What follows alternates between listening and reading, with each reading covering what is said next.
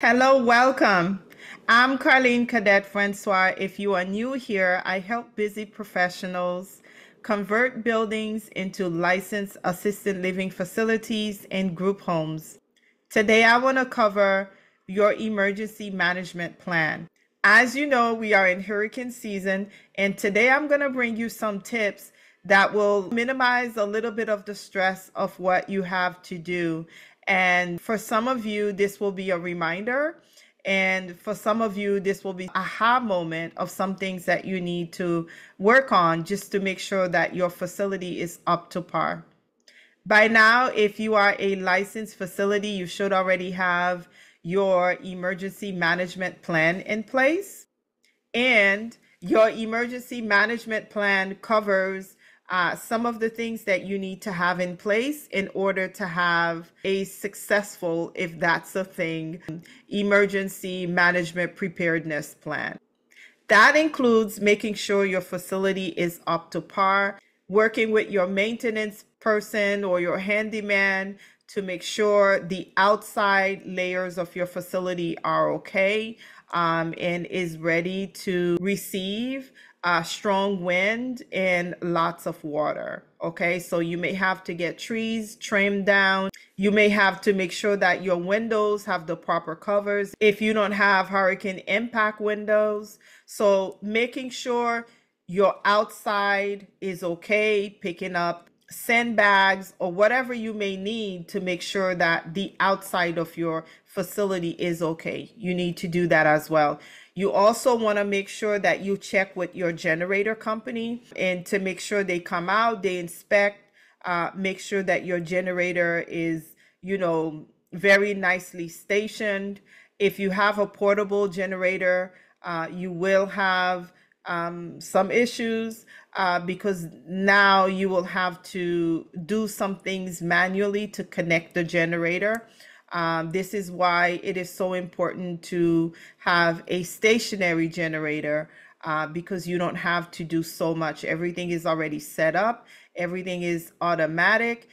If you have a stationary generator, all you have to do is make sure that everything is up to par with your electrician that's going to come out to inspect your generator. You should have your generator inspected at least yearly, preferably twice a year. Okay, same thing with your gas tank systems. Have them inspected. If you have all of your inspections completed in a timely manner for your generator, your gas systems, for your sprinkler system, you should be okay when it comes to the quality of your systems.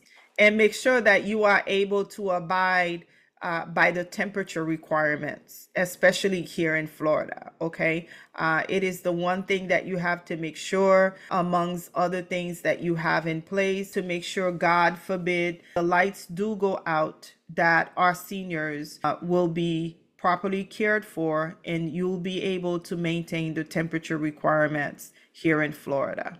So after you've prepared your facility to receive severe weather, to have excess of water outside of it, whether you're picking up sand gas or you're working with your contractor or with your handyman to make sure your facility is okay, you want to make sure you have a conversation with your staff because you are going to need to have staff that's going to help you during the emergency and also after the emergency, right? So make sure that your staff know that you're depending on them to come help you and that you expect for them to come to work.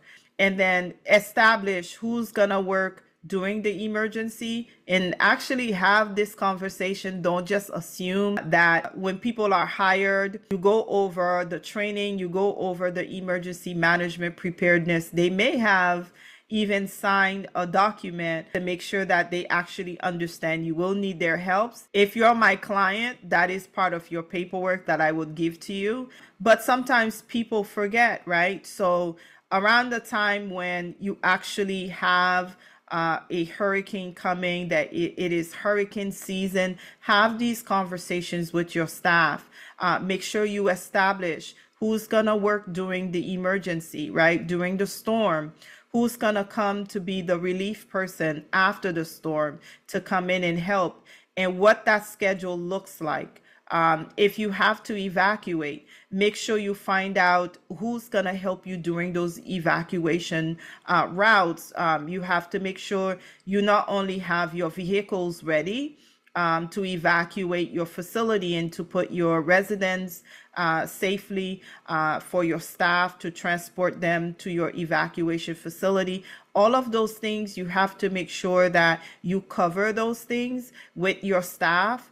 And you also want to make a phone call to your evacuation facility, make sure they're okay. Is there anything you can help them with? Because remember, you guys will need each other. So having open conversations and having conversational reminders, if that's a thing, just to make sure that staff understand that they're going to help you. And more importantly, you know who's going to help you when. All of these things have to be established. You also want to let the family members know that you are prepared, even though when you enrolled a new resident, you went over some paperwork, they may have forgotten all of this information. So you don't want family members to be worried whether or not you're prepared, what's going on.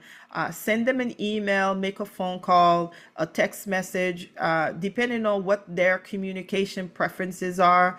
Make sure they understand that you are prepared and what is it that you're doing, just to give them that peace of mind, okay? So besides having the conversation with your staff, making sure your facility is up to par, making sure your generator is up to par, your systems are up to par, and also making sure you're communicating with your evacuation, your mutual aid facility.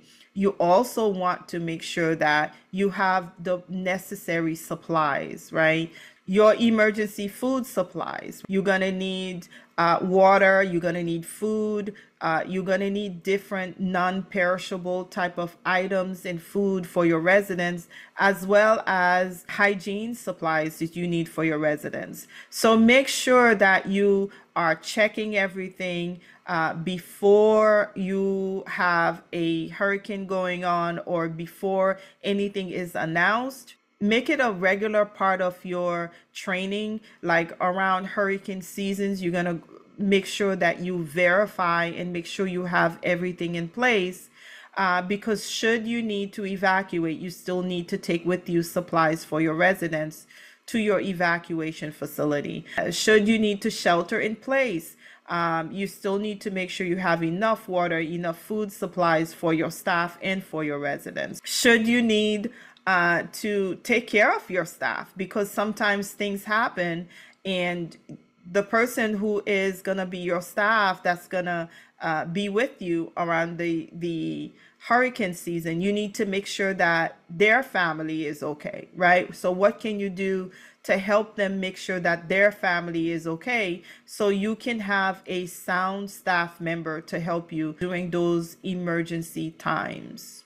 Also, expect to have visits from either the emergency management division or the health department, or even your city, just to make sure that you are okay, that the residents are okay, that they might stop by to make sure that you have a plan, and they know that you know what to do, and they know that you know about the resources that are available to you. God forbid something happens where even as you prepared, you don't know what's going to happen. So in case of a worst case scenario, those resources are there for you, and they want you to know that they are there for you, and they want to make sure you understand how to use those resources. Okay, so expect visits. It is normal for someone from the emergency management division or the health department, or even from your city, to contact you. Sometimes they do it by phones. Other time they come out physically, just to physically inspect and make sure everything is good, depending on what county you're in and what city, and what their procedures are. So those are regular things. I get questions a lot from new facility owners who may not know or expect those type of visits. If you get those type of visits, know that they are on your side. They are a team with you to make sure that our seniors are well taken care of, especially during emergency times. So yes, partner up with them. Make sure you have their contact information. If we did your emergency management plan, you will know what to do, because all of those things are steps that we put in case of an emergency. This is what you do. These are the steps, and these are your resources and the people that will come out to assist you. Okay, so health department are your resource. The Agency of Healthcare Administration, ACA, they are your resource. They're gonna come out to check on you. The emergency management division from the county, they will come out to check on you. At the least, they will make a phone call, because they are a team with you, making sure that our seniors are safe, even especially around emergency times. So when in doubt, if you feel stuck, if you feel like you don't know what to do, don't stay stuck. Make a phone call, right? And remember, everyone is there to make sure our seniors are okay, to make sure your facility is okay, to make sure you're okay.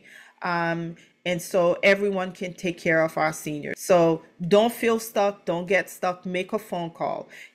At the worst case scenario, if you forget everything, call 911, right? Let them know you are a home for the aged.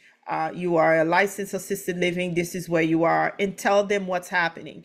They will make sure that they put the right people in place to help you. But don't get stuck.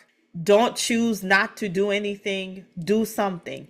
And if you're not sure, make that phone call, because we want to make sure our seniors are safe.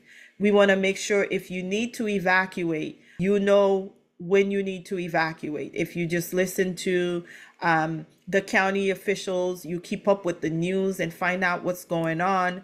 And if you make that phone call, even when in doubt, okay, just to make sure that our seniors are cared for, it will be the best thing to do. Okay, so if you have any questions, if you need any help with any of what I just mentioned, feel free to reach out to us, and we'll be more than happy to help you. Okay, stay safe. Talk to you soon.